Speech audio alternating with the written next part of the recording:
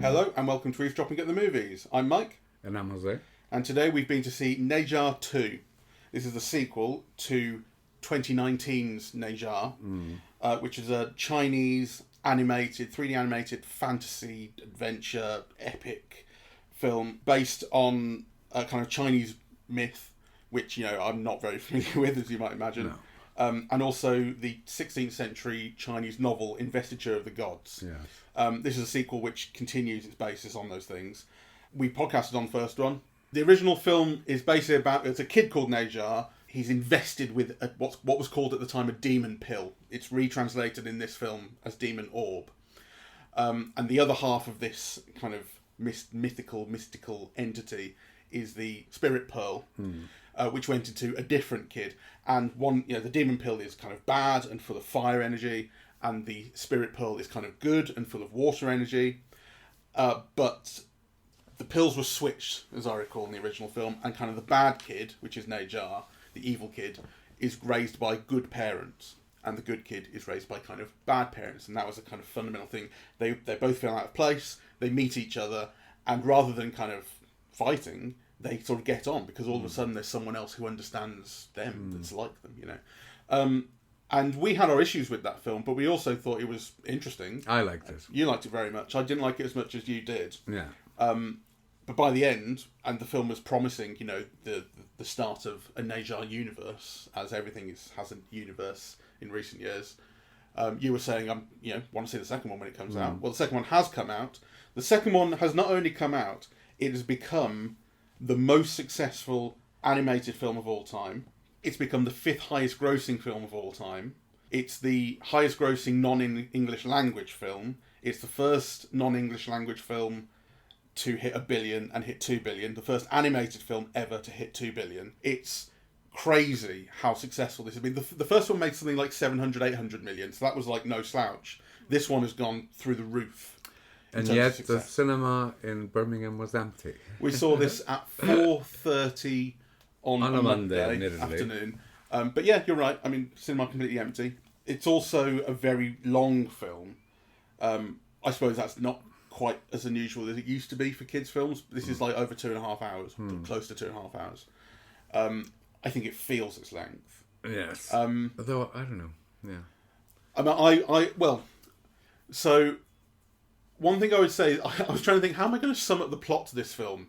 And God, there's so much going on in it. It's kind of it obviously picks up from the end of the first one, where the fight that obviously ensued at the end of that has left these two kids. So Ne Zha is that the demon one, as I say. The other one's called Ao Bing. They need new bodies. They've kind of been sort of struck by. The film does open with a sort of précis that re-explains all of this, although it goes by so fast and there's so much in it. I was like, oh my God, I can't keep up already. You're going to be speaking hours if you retell the plot. So. Yeah, so basically they need new bodies, and we start off with them getting new bodies or being generated new bodies, but then so much starts kicking off. There's a lot of characters, there's a lot of kind of plot strands that intertwine and come back, and I was sort of thinking this is not a criticism of the film. I just think it's so not for me in that sense, that just like, there is a young audience that I think is capable of just understanding everything that's going on. I mean, they have the mind for it, and I just don't anymore. It's one of these films that made me feel like a very old, slow man from a different time. Yes, I kind of felt the same way, actually. I think, initially anyway. So first of all, I couldn't remember anything from the first film, right? I mean, basically, I had to see an image to be reminded even what the character looked like. And even, when I realized, oh yes, it's this film, I still really couldn't remember anything about it, which is, even for me, a bad commentary on the film. Sure. And then I thought, oh my God, right? Because, part of the way that the film is structured is as a kind of video game where they go on different levels, right? And I hate that. Yeah, I think kind of it lessens kind of narrative engagement in a way. So I was thinking, oh my God, how boring. I thought, oh, if Mike wasn't here, I'd leave, right? But then, to be honest, the animation did grab me. Mm-hmm. You know, there were such kind of extraordinary images, and they were filmed in motion or drawn in motion or drawn so as to construct motion in ways that I thought were so extraordinary that actually that did grip me almost right to the end, right? Like, you know, I wasn't just engaged with the story. I wasn't even engaged with the fight sequences, really, except when they became kind of really visually spectacular, which, Yeah, I know what you mean. it does, right? So I thought, so I was glad I'd seen it with you and now walked out, actually, because, you know, it is incredibly beautiful. And also, I think it speaks of an ideology, right? Because I was thinking, when you watch Disney films, you don't see armies of 10,000 people individually drawn that then create a cluster around a tree, like, you know, yeah, like, you know, I thought there's a sense of, you know, the individual in society in which, you know, society or groupings of people act as one, yeah, in a way that is kind of almost unthinkable in a Disney film, you know, which is all about the individual, really, right? And which is even Finding Nemo or something, you know, when you see, like, I don't know what you call it, School of Fish. A school of fish, right? I mean, it's nothing like, yeah, the sheer amounts of figures and monsters and angels or whatever they are that you see kind of in this film, and then the formations that they collectively make. It does speak of a culture in which the collective, yeah, is important, and obviously it inspires all of these, or it's trying to convey all of these values of the culture. You know, the thing about discipline, yeah, and application and so on, which I suppose are the same the world over, except maybe, you know, in the West they don't entail quite so much sacrifice. Yeah. Visually, I agree with you. There's so much to admire. I should just say that it's written and directed by Jiaozi. He wrote and directed the first film as well, and I think his direction it's really confident. I think he gets the tone just right, you know. And when it comes to the action, I mean, you said you weren't that engaged with the action. Early on, I was thinking, because it starts off with kind of a big action scene, and I thought, wow, this is really like American inflected action, the way it was directed. And I thought, you know, if you kind of swapped out the setting for kind of an American setting, or we wouldn't even necessarily have to do that, but it's just kind of like the shot selection, the editing, the compositions felt like Marvel or something like that. I thought, like, this is not what I would expect from, you know, the best of Chinese action cinema.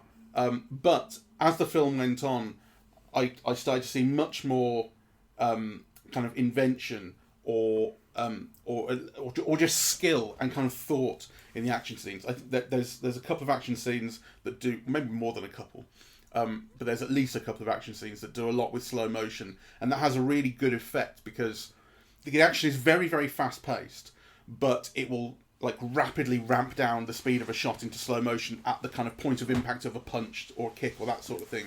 And so it maintains this intensity of action while letting you see things quite clearly and understand who's getting hit and how and so on. I think that was really, I think it's clever. It's not just kind of cool, it's clever. Yeah. I think the slow motion in the scene with the kind of electric guy, there's a guy who turns out to be essentially kind of electrically powered, and so because he's electric, he can move instantly from one place to another, and you need slow motion to emphasize, you know, really sell that, and it does it very, very well. I thought that was spectacular. And visually spectacular as well. The light and dark in that is so wonderful. Well, let me qualify. I mean, it's not, when you're using American style action, it's, you know, American style action of the last 30 years is like completely influenced by Hong Kong action cinema. Sure, yeah. Right. So but it's always, I suppose, it's kind of, it's often kind of, I'm going to put this kind of badly, but it's often kind of dirtier or shakier, or like what I kind of associate, maybe a little unfairly, maybe in a bit of a stereotypical way, with kind of the best of sort of Chinese action cinema, because, you know, we tend to only get the best across culture, is a control and a thought that's got, and rehearsal and all that kind of thing that goes into a scene that makes it really great to look at. And one of the things that I associate with a lot, because I see a lot more, obviously, American action cinema, so it's the good and the bad. I think I associate a more kind of rough and readiness, I suppose, and that's kind of what I was feeling early on in this. Well, I don't know. For me, I wanted to make a distinction between, the earlier action sequences, which are often one-on-one, and which I began to find dull, right? Like, basically the whole film at the beginning is one action sequence leads to another, and and I just, I was finding it very dull. I couldn't get involved in any of it. But then, halfway through or near the end, like that scene that you mentioned, right? Or, the scene with the cauldron, bursting into a tree. I mean, it's conceptualized in completely different ways, really. And I found it beautiful. Yeah, absolutely. And so the film still never engaged me emotionally, or actually really not even in terms of its story. But graphically, I was kind of dazzled. And actually, that's why I'm glad I didn't leave earlier. Yeah. Right? Because I thought that was just amazing to see.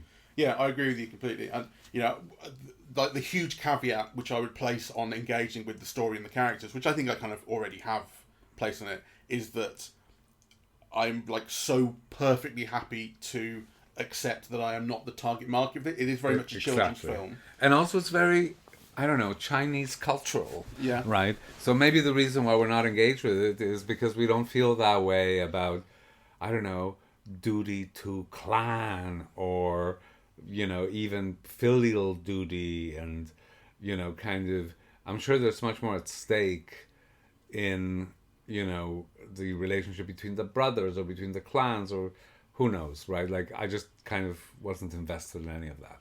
But I recognize that others might be. Yeah. There was just a stat I've spotted, but I've lost it. Hold on. So this is from the Wikipedia page. Unlike most films, the Wikipedia page for Ne Zha 2 has an impact section. Not just release and reception, but impact. Like, already, this film has an impact section.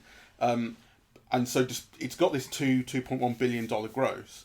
But one thing that it says is, as of the 6th of March 2025, in fairness, we're on the 24th now, so this is a couple of weeks out of date, less than 2% of ticket sales have come from outside mainland China, with its opening from 5 markets. So in other words, this has taken an awful lot of money, but the vast majority of that money seems to be coming from Chinese audiences within China, right? And there is a huge market there's like 1.5 billion people in China. But despite the fact we're seeing it here, we saw the first film here. It's had a worldwide opening. It seems like it's also fairly. But there are diaspora audiences of Chinese all over the world. Yeah, of course. Right.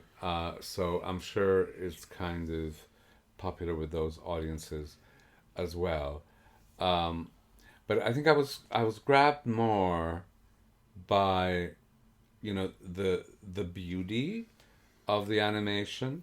I mean, the sheer detail of it, right? What it was doing with it, because, one of the things that kind of fascinates me about even decor, right, is I remember having this discussion with a friend about a cafe in Barcelona and how beautiful it was. And, you thought, well, kind of, previously what I'd liked and thought beautiful were simple lines, right? And then what you realize is that, these more luxurious things, what they do is they also create simple lines, but out of an amalgamation of little detail. Yeah, that if you look at it from afar, it has like these simple kind of lines. But if you look at it closely, there's a million, it's composed of a million little things, of leaves or whatever, right? Kind of, and then kind of that becomes not only kind of beautiful, but also you get a sense of luxury and richness and, And actually there's something about this animation that made me think of that, right? When you have these swarms, so the shape and the direction of it is like simple, but also you see that it's composed of all these little angels or whatever, right? Yeah. You get like a murmuration of starlings kind of effect. Exactly. Is it starlings? Or whatever, and that actually is a signature in the film. You get the same in those monsters under the cauldron, right? Like, my God, you look at it and you think like, there's like, I don't know, 1,000 monsters in that image. and they're each different, and it's extraordinary. Right? And then when they move and they get into close-up, like there is something kind of quite wonderful about that, I think, that you do not see in American animation, at least so far. Yeah. To my experience. Right? Not an awful lot of it, at least. I mean, a huge amount of effort has gone into making this film. And mind you, I would say that the most beautiful imagery in the film is the imagery right at the start, I would say, which is during that opening sort of recap of the story, which is all kind of hand-painted, or it's probably digital, but the hand-painted style. And it's kind of, they're probably animating it on 4s, so it's a kind of slightly stuttery frame rate, so it gives you that kind of hand-drawn feeling again. But that's just, like, the film starts off with this, sort of hand-painted animation, which is just full of colour and full of life and beauty. And I thought, God, because I remember the original film had a little bit of that as well. I think there was the thing where kind of paintings sort of came alive at one point. But, the vast majority of the film, as here, is 3D animation. But, it starts off with this explosion of colour. And I was thinking about colour as well because, yesterday we saw Mickey 17, and one thing that you talked about was the gunmetal grey look of just about everything, and there was very little by way of kind of splashes of colour in that film. This film, it's like we saw this film on the same screen as yesterday, so it's not the projector's fault. Like that film had no colour. This film has so much. It's so beautiful. It's beautifully designed colour, right? Like for example, the jade green. Of those formations in the sky, right? Like, I mean, there's such a wide palette of colour. The breath of the dragons attacking the sort of force field things, and the way that light, the way the light kind of renders on objects. So there's like lava is always illuminating something, particularly in that cauldron, and it's so kind of stark, it colours everything. The thing that we mentioned, the quote unquote electric man fight, where all the light source is the electricity, and it kind of bounces everything. It's also kind of in the rain, and that helps with these reflections coming up and things. It's once when it gets, because it's not always doing that. Sometimes it's dialogue and it's just cut the characters talking to each other, and there's like nothing really special going on visually. But when it starts to express itself visually, it's incredible to look at. Yes. It's worth it for its own sake. Yes. And it's not. It's lighting, it's colour, it's design. Those skulls coming alive and kind of glowing. It's like it's all those things coming together. It's also the composition and just the idea of this wall of skulls. It's wonderful. I mean, that was worth seeing the film for. I was wondering, and maybe I'm just being cliched and possibly a racist outlook or something, but I was thinking if part of like these swarms, of beings, in creating one movement and so on, was also not tied to, ideas of the individual and the collective, and because it seemed to me that when the whole city is destroyed, and you see like these millions of people who are now rocks or whatever, that there was no emotional residue to that, that I mean, you were meant to feel sad, but it's not like.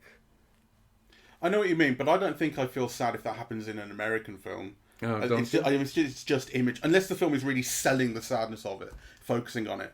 Well, I think this film not selling the sadness of it is part of my issue with it. Yeah, but not my issue. You're just wondering, what does that signify? That it's not seen as a big deal that millions of people die. Yeah, no, I get you, but I kind of think I feel like I've seen similar imagery or had the similar idea sold to me in the same sort of way in non-Chinese cinema. In other words, like I get what you're going for, but I'm not sure that I think there's enough of a difference between that and kind of Western films that I've seen to make much of it. I just feel like I have that. I don't think other films tend to sell that more than this does. I don't know. Sometimes it does, but I think it always comes down to if you think about like the snap in Avengers Endgame, when half the world gets deleted. What's really sad is that our favourite characters are getting deleted. But that's part of it. We already have the identification with them. These characters we don't have identification with. These are just figures turned into stone. Well, but that's also a choice. I mean, the director could have chosen to show the mother or the father or you know. Well, he did at one point. Yeah. Then we go back to them. So you're told that this is a loss, but actually you're not meant to. You don't experience that loss. I think actually it's. Well, no, that's not fair. It is treated as a big loss, and a betrayal, and so on. Anyway, maybe I'm wrong. It's just, I did think that there wasn't an emotional payoff to the destruction of a home and a place in the way that there are, because countless fantasy series are about that. Yeah. But actually they are different because, it isn't a Holocaust. I mean, basically you're told in this film that only one person survives, and that is to tell the tale, right, of that city. I don't think that's quite the case, even in, when cities or villages are ransacked or pillaged, and in fantasy series, like, you see people getting killed, but you don't have the wholesale destruction of the whole place. Well, I'm not sure. I mean, if you think back to, we're going back probably 10 or 12 years to Man of Steel. I think that was about 2012 or so, which was the DC, Superman movie. Like all of Metropolis got razed in that, with the fight between Superman and General Zod, was it? But the thing is, the reason I'm picking up on that is not just that everything got destroyed, but that there was public response to that, and there was like think piece kind of responses that said, how much more destruction can these films have, paying no attention to the people who lose their lives. I remember that became a thing myself. in kind of the Western media. Yeah. The Avengers films had something similar, and to the point where they started to incorporate things in the films which said everyone's been moved out of the city. They would have a thing that said everyone's been evacuated, now we can have the fight there, so no one's going to get hurt. So there was like a real response within the films themselves to people, to audiences saying, I'm not sure I feel comfortable with all of this destruction of people who you don't care about. No, so, I get it. So there's definitely been that kind of blaseness about that level of destruction in Western cinema. There's also been a response to it. Okay, so I was being racist. Well, in that case, let me be racist as well. I was thinking about the character designs. I don't have very much experience of Chinese animation in particular, kind of Far Eastern animation more generally. Anime in Japan is obviously like a very key kind of form of animation, and it's very popular in the West, but I never really seen. I saw the Pokemon series when I was a kid. That's about it, really. And I was thinking about the character designs here, and whether they are sort of intended to appeal to a worldwide audience more than a kind of Chinese one, because this is obviously set in Chinese mythological history, kind of Chinese folklore, but only kind of one of the characters, I would say, is kind of really outwardly, obviously Chinese looking, who is the kind of... I think that's what you see in manga as well. Yeah, this is what I'm thinking. Like, obviously there's kind of also anime and manga inflected design to these characters. But maybe that is just more generally a thing. Like this. The thing is, it sounds like what I'm asking for is like a Chinese stereotype, caricature, right? That's not what I'm asking for. But I do kind of wonder, like, is this just what is accepted that kind of Chinese / Far Eastern people look like in animation? Because they sort of don't look all that Chinese to me. Do you understand what I mean? I'm really trying not to sound like a dickhead there. But, yes. Take Ne Zha, for instance, the main character Ne Zha. I thought, but for the haircut, he really looks like Riley from Inside Out, for instance, who is, American kid. There's not that these aren't. I think what I saw is more westernized. Though maybe actually it's just a different Chinese ideal that, because it was very manga-esque. But actually part of what I associate with manga is also, I think, a westernization, though maybe westernization is the wrong word for it, right? Because they always have like a kind of spiky hair. But often they're blondes as well in manga, actually, which, but the noses are very like pretty, long, tiny. Long, straight.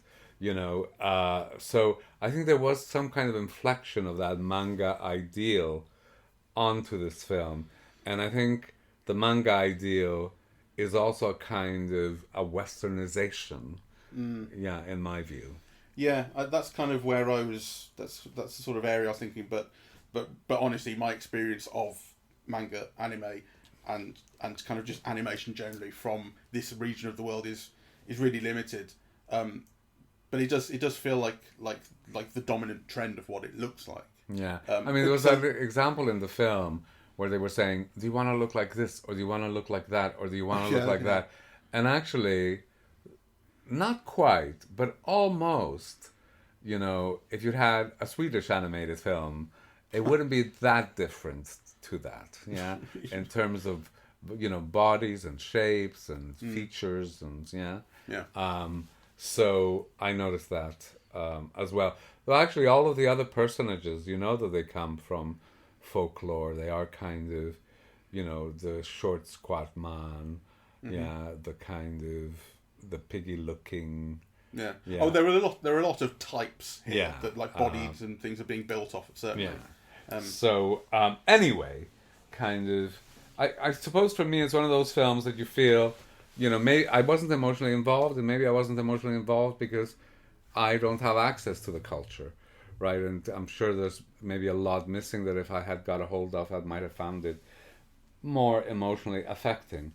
That said, the structuring of the narrative around levels, I think is something that's designed to diminish that type of emotional involvement. It's a different type of involvement, you know. And all I can say is that I appreciate seeing it, but really only because I found the animation itself so inventive, actually, and dynamic and different to what I'm used to seeing. Yeah. I mean, I would say I'm perfectly okay with the kind of the structure and the writing and all that kind of stuff being something that just kind of overwhelmed me. Yes. Because I felt like if you are kind of mentally equipped to understand this and to watch it and to take it in, you know, to accept all of this audiovisual energy, then I think it probably makes a lot of sense to you. It's not that it didn't make any sense, but it's a little bit of a struggle to follow. There's so much going on. There's so much energy in it. There is, but then if you think about it, you know, think of an Avengers film. How much you actually do know about all of these figures, and you bring something to it. That is also something I was thinking about. Yeah. In this film, we have nothing to bring to it. Yeah. Well, it's like I often think back on a time when I went round for dinner to one of your Saturday dinners with your friends who are all kind of your age, and you know, you invited me along, and that was very nice of you, and it was lovely to meet them. And I was at one point saying something about Star Wars. I was saying something about like the latest episode 7, in my opinion, and blah blah blah. And you stopped me halfway through what I was saying, and you said, these guys have never seen Star Wars. And I was like, oh my god, there are people in this world who haven't seen Star Wars. Like, it hadn't occurred to me that you could not know this stuff. But of course, the number of people who've seen Star Wars in the world is less than the people who haven't. Yeah. You know, like, it's kind of a specialist area of knowledge, despite the fact that if you're in it, you know it all. I mean, to be honest, it's hard to imagine anyone my age or younger who is unfamiliar with it. But the fact is that these people were 5 to 10 years older, and actually they had never seen it. Yeah. So what I'm saying is, like, if they watched Star Wars, their response would be the same as me watching Ne Zha 2, going, I do not get this at all. This is so much information. I don't know what's happening. And this is just, I'm from a different era. I'm from a different world. Interested. That's it. Yeah. So, you know, so there is that, and I accept that. But, you know, that's kind of, you know, that is what it is. I don't necessarily think that's like a good excuse for making, I guess, an incoherent film, but I don't think it's incoherent. It's just, if this makes sense to you, if you're in this world, I think people clearly are fucking responding to it. I mean, you cannot... It has to be easily and immediately accessible and enjoyable to have incurred that box office. It's just not that way to me. Yeah. Yeah, I should point out as well, because we mentioned Inside Out, and the previous highest grossing animated film of all time is Inside Out 2, which came out last year, and a little bit like this, you know, because... So the reason that I knew that Ne Zha 2 existed was because we had a YouTube comment from someone on podcast of the first film saying, you should do a podcast on Ne Zha 2, it's the highest grossing animated film in human history. So I know, because of that, I went, oh, it's out. But similarly, when Inside Out 2 came out last year, we didn't cover it on the podcast. We didn't really notice it was out. I think a lot of people, it kind of passed a lot of people by. Like, I didn't see a lot of talk about it, but because one day I was Googling the highest grossing films of all time, I discovered that at the time it was the 8th highest grossing. I think it's now the 9th highest grossing film of all time. It made $1.6 billion. And it's like, that's a crazy, crazy amount of money for a film that no one was really discussing, no one's really talking about. Kind of similar to this, like we're talking about it and it's very big and it is getting some press, but still, in the great scheme of things, I think it's passing a lot of people by, in the West at least, you know. Well, I think, it's fucking nuts to have these massive, massive box office record-setting successes. Without a discussion. Without I think it's because they're animated and because they're family films, basically. Mm. I suspect that a lot of other critics and cultural types don't go to those films. Yeah. Unless they have, young children. Yeah. Which I would expect. Yeah, but I guess I'm still. You would expect some of them to. Anyway, any last words on the film? I kind of enjoyed it. I'm sort of glad I saw it, but it is a film that is for people who have different brains to me. Yes, this would have been for someone with my brain were I 25 years younger. But also, if you're interested in design, in animation, different modes of animation, and just actually, examples of sheer graphic beauty in film, this is a film to see. Oh, one last thing I'd say is I'm really glad of the lack of homophobic jokes in this one. One thing that you particularly commented on in the first one, was that there was a running homophobic gag that we laughed at the first time and we weren't laughing by the 5th or 6th time. And there's none of that here. There's still a lot of puerile humour, which I criticised the first time round. Here, I was actually kind of glad of it at points. Yeah. At least I understood it. Yeah, exactly. We are the lowest common denominator for this film. Yes. But I mean, those are the things, like its tone and its energy I really like. It's just that there were things I could not keep up with. I had to kind of disengage and recharge after the film for half an hour before we could start the podcast. Yes. It really wore me out. Which I don't think has ever happened before, really. No. Which is interesting. Anyway, we recommend on the whole. Yeah. So if you get a chance to see it, you won't get many opportunities to see Chinese animated films like this. So do give it a go if you can. Anyway, thank you very much for listening. We're eavesdropping on the movies, and we are on Apple Podcasts, Audible, Spotify, SoundCloud, YouTube, and YouTube Music. On social media, we're on Facebook and Twitter at Eavesdrop Movies, and Blue Sky, eavesdropping.bsky.social, and the website is eavesdroppingatthemovies.com. Thank you very much. Bye-bye.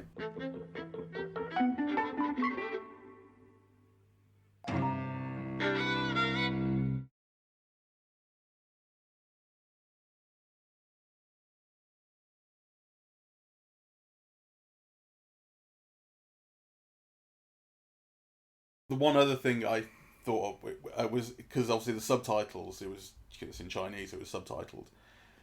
I don't know if you noticed, but in the last, I would say, half hour, 45 minutes of the film, I started to notice mistakes in the subtitles. Like the word swap was spelled S-W-O-P at one point. It was kind of missing a capital letter at some points. The grammar was not quite right. And I thought, genuinely, I felt like maybe the translator was also getting kind of worn out by the end.